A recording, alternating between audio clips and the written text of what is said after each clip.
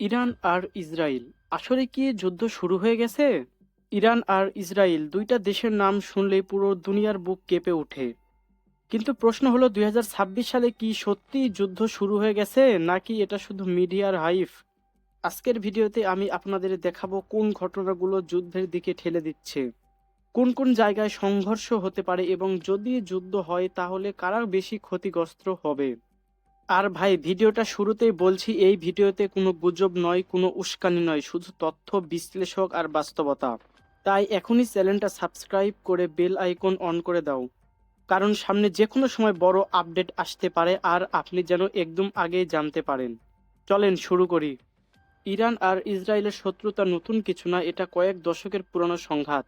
কিন্তু 2026 সালে এসে পরিস্থিতি আরও ভয়ঙ্কর, কারণ এখন শুধু কথার লড়াই না, ছায়াযুদ্ধ চলছে। অনেক সময় দেখা যায় এক দেশে হামলা হয় কিন্তু সরাসরি কেউ দায়ী নেয় না।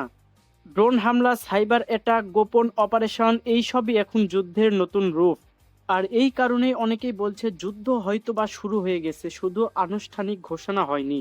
যদি বড় যুদ্ধ হয় তাহলে সেটা শুধু ইরান আর ইসরায়েলের মধ্যে সীমাবদ্ধ থাকবে না। সবচেয়ে বড় হটস্পট হতে পারে সিরিয়া এবং লেবানন সীমান্তে, কারণ এই জায়গাগুলোতে ইরান সমর্থিত গোষ্ঠী আর ইসরায়েলের সেনাবাহিনীর সংঘর্ষের ইতিহাস আছে। আরেকটা বড় আশঙ্কার জায়গা হলো পারস্য উপসাগর, যেখানে তেল পরিবহন হয়, আন্তর্জাতিক বাণিজ্য চলে। যদি এখানে সংঘর্ষ হয় তাহলে শুধু দুই দেশ নয়, বিশ্ব অর্থনীতি পর্যন্ত কেঁপে উঠবে। এখন প্রশ্ন আসে, যুদ্ধ হলে কার শক্তি বেশি? ইরানের বড় শক্তি হলো মিসাইল এবং ড্রোন প্রযুক্তি। ইরান অনেক দূর পর্যন্ত হামলা চালানোর ক্ষমতা রাখে। ইসরায়েলের বড় শক্তি হলো অত্যাধুনিক এয়ার ডিফেন্স সিস্টেম, আকাশপথে শক্তিশালী বিমান বাহিনী এবং প্রযুক্তিগত গোয়েন্দা ব্যবস্থা। কিন্তু বাস্তবতা হলো, এই যুদ্ধ যদি শুরু হয় এটা হবে টেকনোলজি বনাম টেকনোলজি যুদ্ধ। এখানে একদিনেই সিদ্ধান্ত হবে না। সবচেয়ে বড় কথা, যুদ্ধ কি নিশ্চিত? সত্যি কথা বলতে এই মুহূর্তে যুদ্ধের সম্ভাবনা খুবই উচ্চ। পরে যুদ্ধ শুরু হবে কিনা সেটা নির্ভর করছে বিশ্ব রাজনীতি এবং বড় শক্তিগুলোর চাপ এবং কূটনৈতিক আলোচনার ওপর।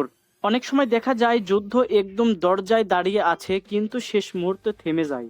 তবে একটা কথা নিশ্চিত, ইরান বনাম ইসরায়েলের সংঘাত এখন আর ভবিষ্যতের গল্প না, এটা বর্তমানের সময়ের সবচেয়ে বিপজ্জনক সংকটগুলোর একটা। আপনারা কি মনে করছেন, 2026 সালে সত্যিকারের যুদ্ধ শুরু হয়ে যাবে? কমেন্টে আপনাদের মতামত লিখে দেন। ধন্যবাদ ভিডিওটি শেষ পর্যন্ত দেখার জন্য।